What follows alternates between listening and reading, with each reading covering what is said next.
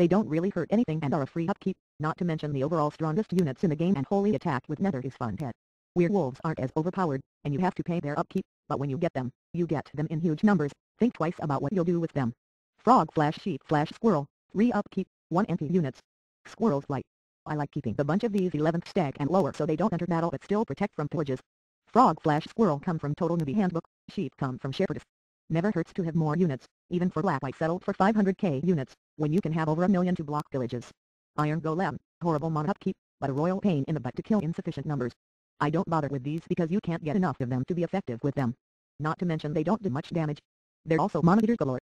Spells and items. Some spell information can be found here. Item information can be found here. Spells and item recommendations vary based on the stacking you use. Remember to always focus items/spells on augmenting your goal, and never use item/spell combination that contradict or diminish the returns on each other. Examples of good 1 goal combinations: Gaze of Death plus Head of Medusa. This is focused on killing enemies stacking mono ult images. While it's rare for Gaze of Death to pass enemy resists, when it does it's devastating. Head of Medusa just helps ensure that you at least kill a number of the enemy. Feet of Hermes plus Satchel of Mist. This helps prevent damage to your units if you're mono stacked, by adding Swift to your stack, and reducing the accuracy of all units 10%. Giant Strength plus Bubble Wine. Boost your units AP both and life bubble only. Focuses on making your units primary a bit more threatening. Good combo if you're attacking an enemy with weaknesses to a lot of your primary attacks, also a fairly cheap low land option. Examples of good complementary goal combinations: Dreams of Seduction plus Carpet of Flying. With the proper distribution of power in your stacks, you can have a top stack that doesn't count towards battle losses, and still have a solid hitting stack. Hard to balance, but very common to see in higher ranks. Kiss of the Vampire plus Ash of Invisibility. This is a common Armageddon assignment, focused on defending against players much lower than you, especially one small enough where you can stack wipe them. Will make your stats grow if you do enough damage, and don't take much in return.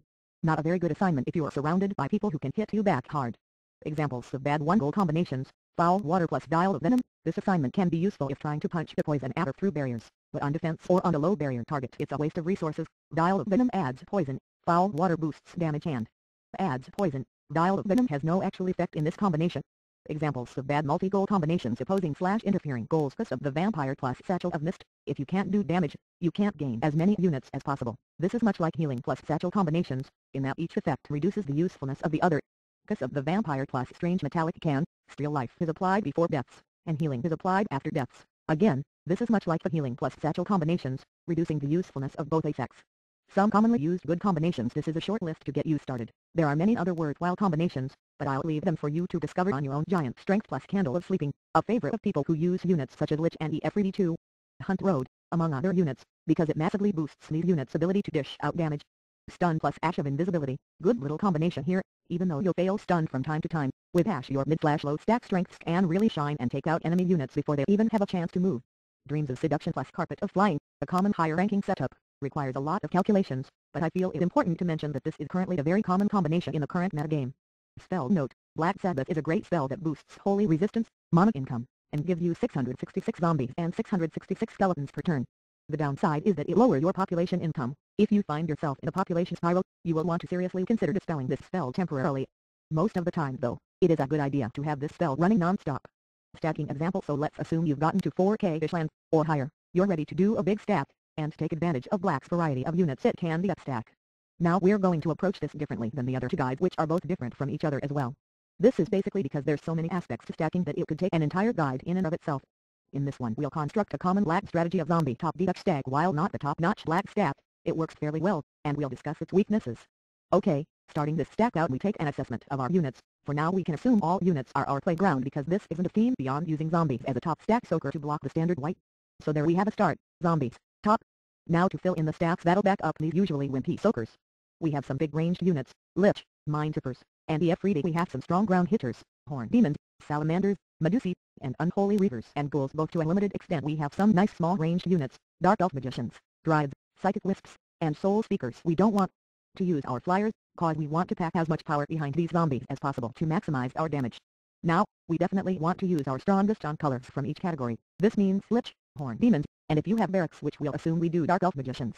Now, with those added, we're probably starting up a pretty decent population upkeep, but I think we can fit one more pop heater in there. Let's do a small Minesweeper stag for some spice. This gives us so far, zombie/lich/HD/dem/mister. Doesn't look like it would survive much, especially with those dem that high in the stacking, considering they're so fragile. So let's move in some more stuff to push those dem down. We'll probably want non-ranged so we can keep the dem stack as big as possible while protecting it, but also still have a decent amount of power in them. Let's pull out our friends in Salamanders and Medusa, and put those in behind the easier to summon Horn Demons. This gives us zombie/lich/hd/salamander/dem/mister, 7 stacks. It looks okay, but it's still missing something. We need a bit more ranged probably, so let's get a little more fatigue in there, as well as the Efreeti, which are fairly easy to summon since they're your only non-black complex spin. Any real numbers? Zombie/lich/hd/efreeti/salamander/dem/mister/dryad/wisp. This gives us our stack. Now, I didn't go through all the statements of is this offensive, how will this survive, etc. Instead I'm stacking this by instinct and past knowledge. I know that my HD can do fine in 3rd stack usually, and that dem are strong, but fragile, not to mention that Medusa and Salamanders make great hitters in the mid stacks despite their slow initiative. With this stack in mind, I want to consider the metagame for a minute. Who's going to be hitting me? What do I have to look out for? What would really hurt me? And is what would hurt me really common? The answers are, everyone, everything, depends on your assignment, and depends on the metagame. When you look at this stack, you'll notice a few glaring weaknesses: initiative, zombies, holy damage to the top 2 stacks, and damage output up in the top stacks. Now, we have to decide how to deal with these weaknesses, and how to anticipate what we need to fear. This is learned through experiencing what does and does not deal massive damage to each of units. Let's start with initiative. You could use an Ash to overcome the massive number of 1 initiative attacks you have, and that are especially in your high damage points, or you could use a web of Spider-Woman to slow the enemies down to your pace, or stop them completely. Especially Trents, Fred Y in the part about the zombies. There are no real spell options you can use to help with this problem, so let's move on to the next weakness. Zombies' main enemy in that slot will be Trent's top, especially with Rust or any heavy damage unit without paralyze, poison, or psychic attacks. There are other things that hurt them, but for the most part the sheer life of zombies will carry them through. There are 2 possible solutions to this: Brooch of Protection to negate Rust, but they'll still take a beating, or use Web of Spider-Woman to stop the trees in their tracks. Both of these would be best with max barriers. You can also use Stun to reduce the efficiency of the enemy stack and reduce their resists to your attack. You just have to realize that Stun is resisted frequently. Holy damage. Amazingly, this weak point isn't the zombies after you get past the whites using Bomb's top, which is fairly quickly if you work on climbing fast. Your major concern will be unicorns with THL second. There's nothing you can do about the THL, and there isn't much you can do about the unicorns, so your only choice is to grin and bear it and win through the other stacks. Although it would be a wise idea to keep damage to a minimum by using Black Sabbath boosts holy resistance and having max barriers plus Shroud of Darkness to keep Sword of Light from coming through and making it even worse. Liches are sturdy against most everything else. Damage output. Your main goal is to make up for this with your mid stacks, so you want to make sure they're dealing their damage, and dealing it hard.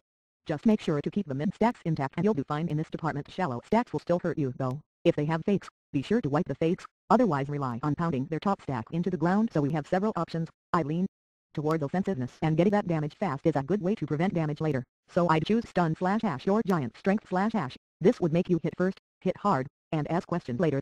Sure, you'll get beat sometimes, and this is far from the perfect stack. Like I said in the beginning, this is a very flawed stack.